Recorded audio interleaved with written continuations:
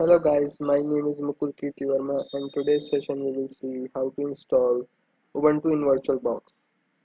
तो उसके लिए आपकी मशीन में, आपके कंप्यूटर में VirtualBox पहले से इंस्टॉल होना चाहिए। अगर आपको नहीं पता कि VirtualBox कैसे इंस्टॉल करना है तो उसके लिए मैंने एक सेपरेट वीडियो बना रखा है जिसकी लिंक वीडियो डिस्क्रिप्शन बॉक्स में है, वहां से जाके आप देख सकते हैं कि VirtualBox को कैसे इंस्टॉल करते हैं विंडोज़ में। ओके, तो मैं ये मान के चल रहा हूँ कि आप लोगों के कंप्यूटर में पहले से वर्चुअल बॉक्स इंस्टॉल है। तो आइए आगे देखते हैं हम लोग। तो सबसे पहले हम क्या करेंगे, वर्चुअल बॉक्स में क्योंकि हमें उबंटू इंस्टॉल करना है तो उबंटू की एक आईएसओ फाइल डाउनलोड करेंगे या इमेज फाइल डाउनलोड करेंगे। तो हम पहले गूगल के सर्च बॉक्स पे टाइप करेंगे उबंटू आईएसओ फाइल, एंटर करेंगे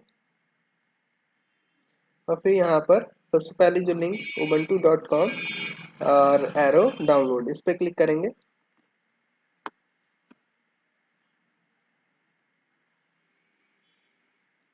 यहाँ हम एक्सेप्ट बटन पे क्लिक करेंगे। अब यहाँ पर विंडोज सॉरी उबंटू के कई सारे वर्जन दिए होंगे।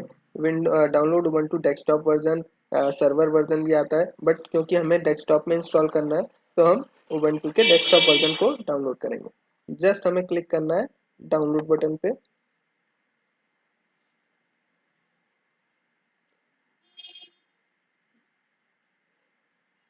और डाउनलोडिंग स्टार्ट हो जाएगी। 2.7 GB के अराउंड फाइल है, तो इसको डाउनलोड होने में थोड़ा सा टाइम लगेगा।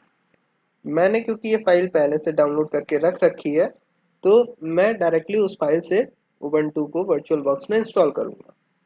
ठीक है, तो इसके लिए हम सबसे पहले वर्चुअल बॉक्स को ओपन करते हैं। वर्चुअल बॉक्स को ओपन करने के लिए हम टाइप करेंगे वर्चुअल बॉक्स विंडोज के सर्च बॉक्स पे और फिर वर्चुअल बॉक्स पे पहले माउस ले जाएंगे। यहाँ पर एक रन एज एडमिनिस्ट्रेटर आ रहा ऑप्शन आ रहा है, इस पे क्लिक करेंगे। अब इसके बाद क्योंकि हमें एक ऑपरेटिंग सिस्टम इसमें इंस्टॉल करना है, ये वर्चुअल बॉक्स का डैशबोर्ड है।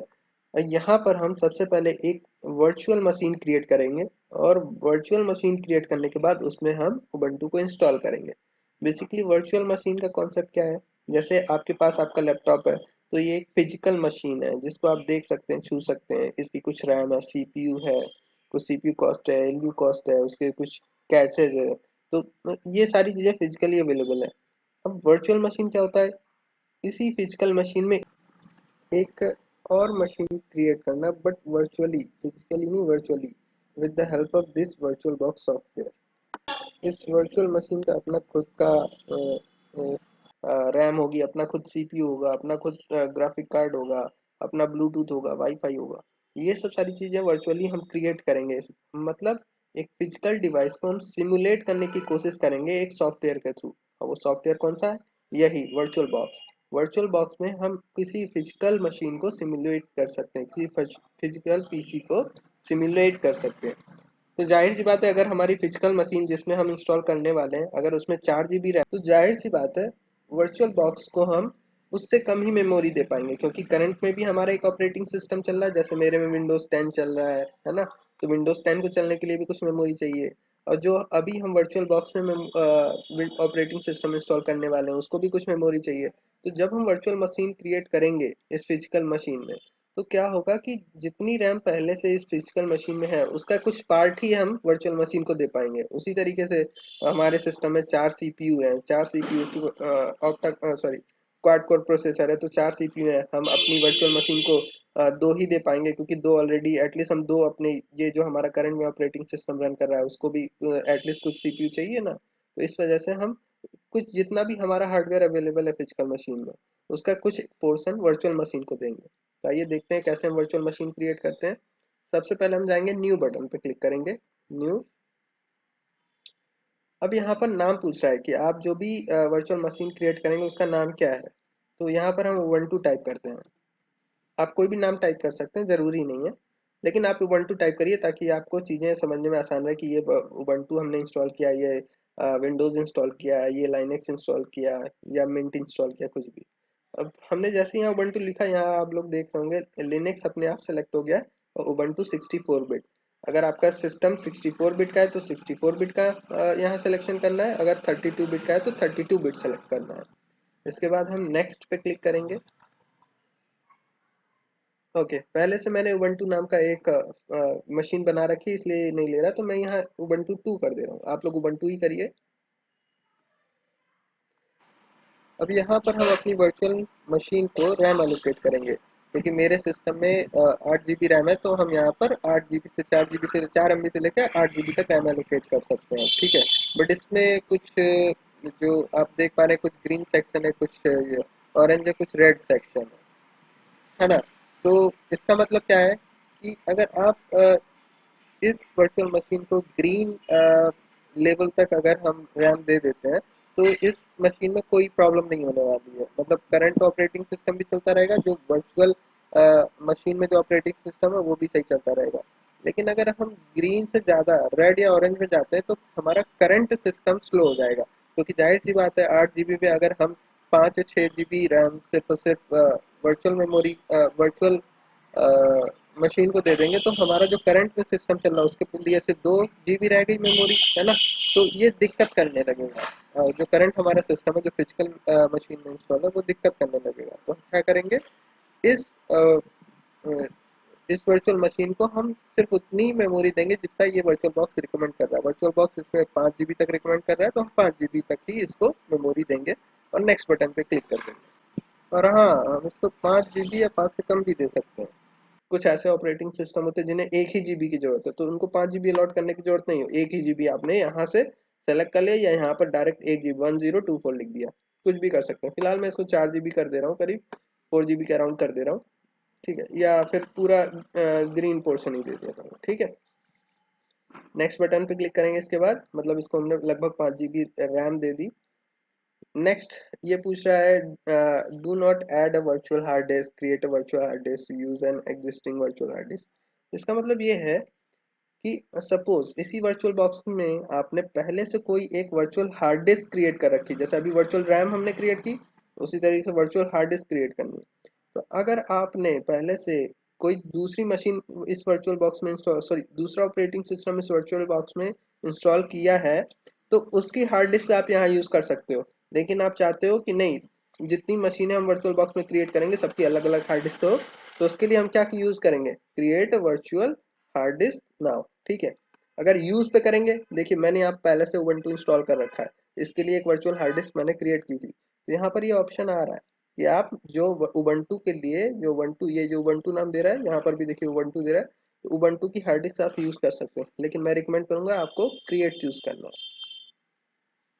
अब इसके बाद कुछ फाइल फॉर्मेट्स हैं, जैसे VDI, ये सब क्या है, हार्ड डिस्क के टाइप्स हैं। वर्चुअल हार्ड डिस्क, VMD के जैसे माइक्रोसॉफ्ट सपोर्ट करता है, virtual hard disk firmware, VDI virtual box की फॉर्मेट है हार्ड डिस्क के। तो आप इनमें से कोई भी चूज कर सकते हैं, कोई दिक्कत नहीं। फिलहाल मैं virtual box disc image use कर रहा हूँ, ठीक है। आप VMD के भी यूज कर सकते हो, इस फॉर्मेट को माइक्रोसॉफ्ट यूज करता है। अब यहाँ पर हमारे पास दो ऑप्शन अवेलेबल है, डायनेमिक और फिक्स एलोकेशन, ठीक है।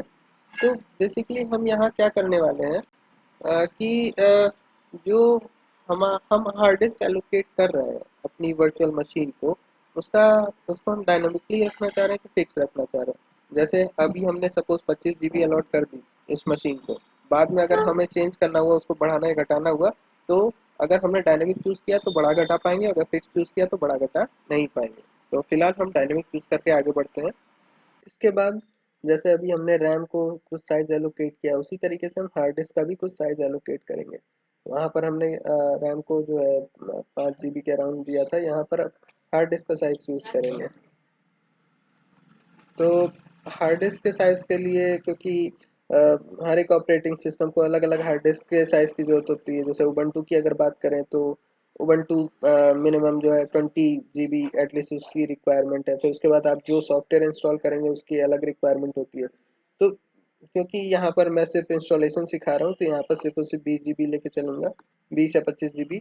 आप लोग को अगर आपको इस पे फर्दर भी काम करना है तो मैं रिकमेंड करूंगा एटलीस्ट मिनिमम आप 100 GB इसको अलॉट करिए, ठीक है। फिलहाल मैं जो है इसको 25 GB अलॉट कर रहा हूँ, देखिए मिनिमम आप कितना इसको अलॉट कर सकते हैं, 4 GB मैक्सिमम। मेरे सिस्टम में जितनी भी मेमोरी होगी मेरे सिस्टम में, क्योंकि 2 TB का स्पेस है, तो हम इसमें 2 TB तक का स्पेस दे सकते हैं, लेकिन हमें जितनी जरूरत है उतना ही हम स्पेस इसको देंगे, हार्ड डिस्क को, मशीन को। ठीक है, तो इसके बाद हम क्रिएट बटन पे क्लिक करेंगे और हमारी मशीन क्या हो जाएगी, क्रिएट हो जाएगी। मतलब एक जैसे आपके पास एक फिजिकल कंप्यूटर है, उसी तरीके से एक वर्चुअल कंप्यूटर आपका क्रिएट हो गया, लेकिन अभी इसमें कोई ऑपरेटिंग सिस्टम नहीं है। जैसे अभी आप अपनी फिजिकल मशीन में विंडोज यूज कर रहे हैं, लेकिन अभी इस वर्चुअल मशीन में अभी कुछ भी नहीं है। तब इसमें पहले हम ऑपरेटिंग सिस्टम इंस्टॉल करेंगे। तो ऑपरेटिंग सिस्टम इंस्टॉल करने के लिए सबसे पहले इस मशीन को पावर ऑन करेंगे। जैसे आप अपने फिजिकल कंप्यूटर को पावर ऑन करते हैं बटन दबा के, उसी तरीके से इस मशीन को पावर ऑन करने के लिए यहाँ पर ये स्टार्ट बटन है, इस पे क्लिक करेंगे। स्टार्ट पे क्लिक करने के बाद, क्योंकि हमने अभी कोई ऑपरेटिंग सिस्टम नहीं इंस्टॉल किया है, तो ये पूछेगा क्या आप कोई नया ऑपरेटिंग सिस्टम इंस्टॉल करना चाहते हैं। तो अगर इंस्टॉल करना चाहते हैं तो उसकी इंस्टॉलेशन फाइल आप दीजिए। तो अभी ये इंस्टॉलेशन फाइल कहाँ से आएगी, अभी शुरुआत में जो मैंने दिखाया कि आईएसओ फाइल उबंटू की पहले हमें डाउनलोड करनी है, आईएसओ फाइल वही उबंटू की इंस्टॉलेशन फाइल है। तो उसको हमने जहाँ कहीं भी डाउनलोड किया है उसको चूज करेंगे। चूज करने के लिए ये जो बटन दिख रही फोल्डर टाइप की, इस पे क्लिक करेंगे और फिर इसके बाद ऐड पे जाएंगे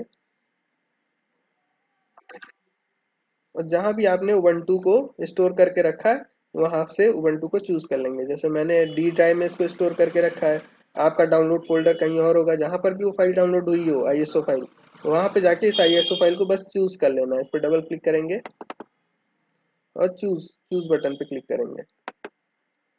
फिर इसके बाद इस मशीन को स्टार्ट कर देंगे और जैसे ही स्टार्ट करेंगे उबंटू का इंस्टॉलेशन प्रोसेस शुरू हो जाएगा। ये देखिए, इसको मैं थोड़ा सा बड़ा कर लेता हूँ।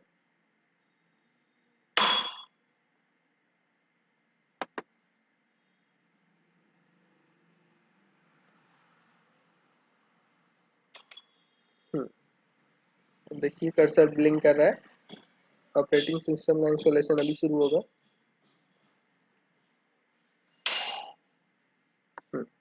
ये उबंटू का इंस्टॉलेशन प्रोसेस शुरू।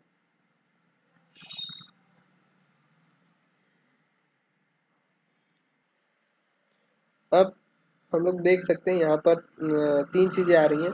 पहला कि आप लैंग्वेज चूज करेंगे, किस लैंग्वेज में आप उबंटू को इंस्टॉल करना चाहते हैं। लैंग्वेज चूज करेंगे इंग्लिश। तो उसके बाद ट्राई उबंटू एक ऑप्शन आ रहा है और इंस्टॉल उबंटू। अगर सपोज आप विंडोज को लाइव यूज करना चाहते हैं तो ट्राई उबंटू यूज करेंगे, अगर इंस्टॉल करना चाहते हैं तो इंस्टॉल उबंटू यूज करेंगे। ट्राई उबंटू में क्या होगा, सारी चीजें क्या होगी, टेम्पररी होगी। सपोज आपने इसको ट्राई उबंटू पे क्लिक किया, ऑपरेटिंग सिस्टम ओपन होके आ जाएगा, उसमें आपने कोई फाइल सेव की, जैसे ही आप इसको बंद करेंगे, इस मशीन को बंद करेंगे, वो सारी चीजें लॉस हो जाएंगी, लॉस्ट लॉस्ट हो जाएंगी। तो अगर ऐसा कुछ काम करना है जो टेम्पररी, जैसे कुछ ही समय के लिए काम करना है, तो ट्राई उबंटू यूज कर सकते हैं। लेकिन आपको परमानेंटली काम करना है तो इंस्टॉल उबंटू पे क्लिक करेंगे। अगर मैं क्लिक करूंगा इंस्टॉल उबंटू,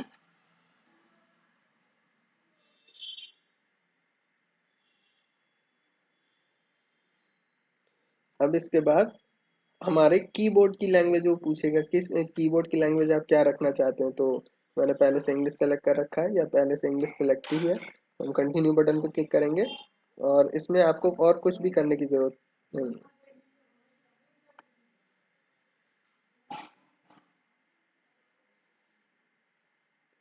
अब इसके बाद दो चार ऑप्शन और आए हैं, जैसे what app would you like to install to start with. मतलब आप मिनिमल इंस्टॉलेशन करना चाहते हैं, नॉर्मल इंस्टॉलेशन करना चाहते हैं। अगर मिनिमल इंस्टॉलेशन करेंगे तो उसमें आपको कुछ सॉफ्टवेयर प्री इंस्टॉल नहीं मिलेंगे। नॉर्मल इंस्टॉलेशन करेंगे तो कुछ सॉफ्टवेयर प्री इंस्टॉल मिलेंगे, जैसे वेब ब्राउजर हो गया, यूटिलिटी सॉफ्टवेयर हो गया, एमएस ऑफिस वगैरह हो गए, तो ये पहले से इंस्टॉल मिलेंगे नॉर्मल इंस्टॉलेशन में। ठीक है, मैं रिकमेंड करूंगा आप लोग नॉर्मल इंस्टॉलेशन ही चूज करके इंस्टॉल करें, क्योंकि एक बार मिनिमल इंस्टॉलेशन में आपको काफ़ी सारी चीज़ें इंस्टॉल करना पड़ता है ऑपरेटिंग सिस्टम इंस्टॉल होने के बाद। ठीक है, नेक्स्ट ऑप्शन आ रहा है अदर ऑप्शन, कि download update while installing Ubuntu. ये क्या ऑप्शन है, इसका मतलब ये है कि अगर सपोज उबंटू का जो हम वर्जन इंस्टॉल करने जा रहे हैं उससे हायर वर्जन अगर कोई अवेलेबल है, तो उसके जो अच्छे अच्छे फीचर होंगे जो ऐड किए गए होंगे नए वर्जन में, वो सारे भी इसी इंस्टॉलेशन के समय आ जाएंगे। बट इसके लिए आपके पास नेट कनेक्शन होना बहुत ज़रूरी है। तो देखते हैं। और नेक्स्ट है install third party software. Third party software में जैसे आपका कोई ग्राफिक कार्ड है, उसका उसका ड्राइवर इंस्टॉल करना है, वाईफाई का ड्राइवर इंस्टॉल करना है, ये सब सारी चीज़ें करनी है, तो थर्ड पार्टी का भी सॉफ्टवेयर हमें इंस्टॉल करना पड़ेगा। तो फिलहाल मैं इसको भी रिकमेंड करूंगा कि इसको भी टिक करके तब आगे बढ़े आप लोग। नहीं तो आपको माउस का भी हो सकता है सॉफ्टवेयर अलग से इंस्टॉल करना पड़े। कीबोर्ड का तो मान लीजिए हो जाएगा, लेकिन वाईफाई ड्राइवर अलग से इंस्टॉल करना पड़ेगा, और भी बहुत सारी चीज़ें अलग से इंस्टॉल करना पड़ेगा, जो कि सही नहीं है।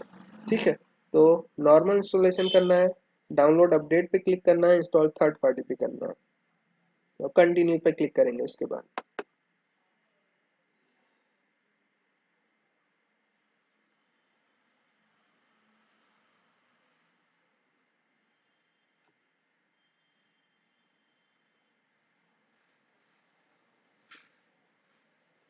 अब इसके बाद कुछ ऑप्शन आ रहे हैं कि आपको कैसे हार्ड डिस्क कैसे मैनेज करनी है इंस्टॉलेशन के लिए, कि जो भी आपने हार्ड डिस्क क्रिएट की है सारी की सारी रेस, मतलब उबंटू के फॉर्मेट में पहले फॉर्मेट करें, फिर उसमें जाके इंस्टॉलेशन करें। क्या इनक्रिप्ट करना है आपको उबंटू की लाइब्रेरी, ताकि दूसरे ऑपरेटिंग सिस्टम इसकी डायरेक्टरी को यूज़ ना कर सकें। एलवीएम एक फॉर्मेट होता है उबंटू का इंस्टॉलेशन का, वो यूज़ करना है, कि समथिंग एल्स यूज़ करना है। जैसे अगर पार्टीशन करने हैं हार्ड डिस्क में, तो समथिंग एल्स चूज़ करके पार्टीशन करके तब इंस्टॉल करेंगे। फिलहाल क्योंकि हम वर्चुअल बॉक्स में इंस्टॉल कर रहे हैं, तो इरेज दिस सेलेक्ट करके उबंटू को इंस्टॉल करेंगे। लेकिन अगर आप कभी भी फिजिकल डिवाइस में अगर उबंटू इंस्टॉल कर रहे हैं, तो कभी भी ये ऑप्शन सेलेक्ट करके नहीं इंस्टॉल करना। अगर ये ऑप्शन सेलेक्ट करके इंस्टॉल कर दिया, तो आपकी सी डी ई जितनी भी ड्राइव है सारी की सारी फॉर्मेट हो जाएंगी, उसमें कुछ नहीं बचेगा। ठीक है, तो अगर आपको वाकई में फॉर्मेट करना है, तो you can go with this. अगर फिजिकल मशीन है, समथिंग एल्स में जाएंगे, समथिंग एल्स में जाने के बाद पार्टीशन चूज करेंगे कि किस पार्टीशन में मुझे इंस्टॉल करना है। मतलब आपने एक पहले से खाली पार्टीशन बना रखा होगा जिसमें उबंटू आप इंस्टॉल करेंगे, उस पार्टीशन को चूज करना है, और फिर उसको फॉर्मेट करके उबंटू इंस्टॉल करना है। बट फिलहाल वर्चुअल बॉक्स में हम लोग देखते हैं कैसे इंस्टॉल करेंगे, इरेज दिस के थ्रू करेंगे। ठीक है, और कोई दूसरा ऑप्शन चूज नहीं करेंगे। Install now. अब यहाँ पर लिस्ट दिखा रहा है कि एक ही, क्योंकि हमने एक सिर्फ और सिर्फ इसको एक पार्टीशन दिया 25 GB का, तो एक पार्टीशन दिखा रहा है। अगर आपने जैसे समथिंग एल्स चूज किया होता और उसके बाद पार्टीशन क्रिएट किया होता, तो यहाँ पर मल्टीपल पार्टीशन दिखाता। फिलहाल क्योंकि एक ही पार्टीशन है, तो एक ही पार्टीशन शो कर रहा है, और हम कंटिन्यू पे क्लिक करेंगे। अब इसके बाद हम टाइम जोन सेलेक्ट करेंगे, क्योंकि हम इंडिया में रह रहे हैं, तो इंडिया पे क्लिक करेंगे। कोलकाता यहाँ पर लिख के आ जाना चाहिए अपने आप। अब इसके बाद हम कंटिन्यू पे क्लिक करेंगे।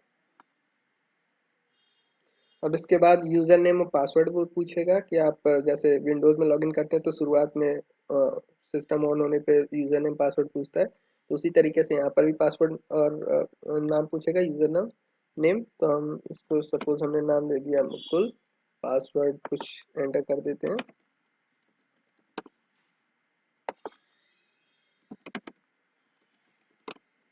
अब कंटिन्यू पे क्लिक करेंगे।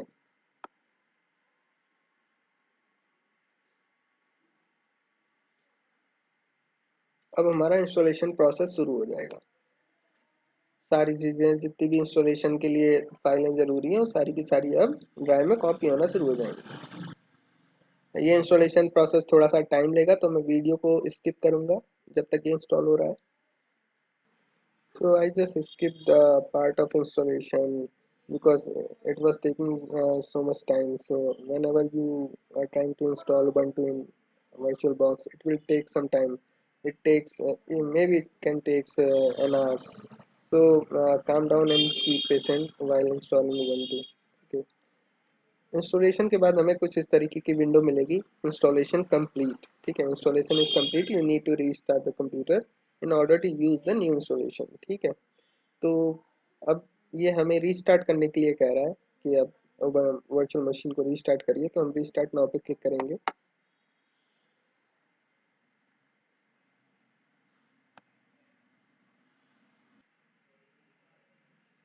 तो आप देख रहे हैं कि उबंटू रीस्टार्ट हो रहा है। जैसा कि आप लोग देख रहे हैं, उबंटू हमारा इंस्टॉल हो चुका है, रीस्टार्ट हो चुका है। अब यहाँ पर ये उबंटू की मेन स्क्रीन है, जहाँ पर आपका यूज़र नेम, जैसे हमने इंस्टॉलेशन करते समय यूज़र नेम दिया था, वही यूज़र नेम यहाँ आ रहा है, हम इंटर प्रेस करेंगे। अब ये पासवर्ड पूछेगा, तो जो भी आपने पासवर्ड डाला था वो पासवर्ड यहाँ पर डालेंगे और एंटर करें।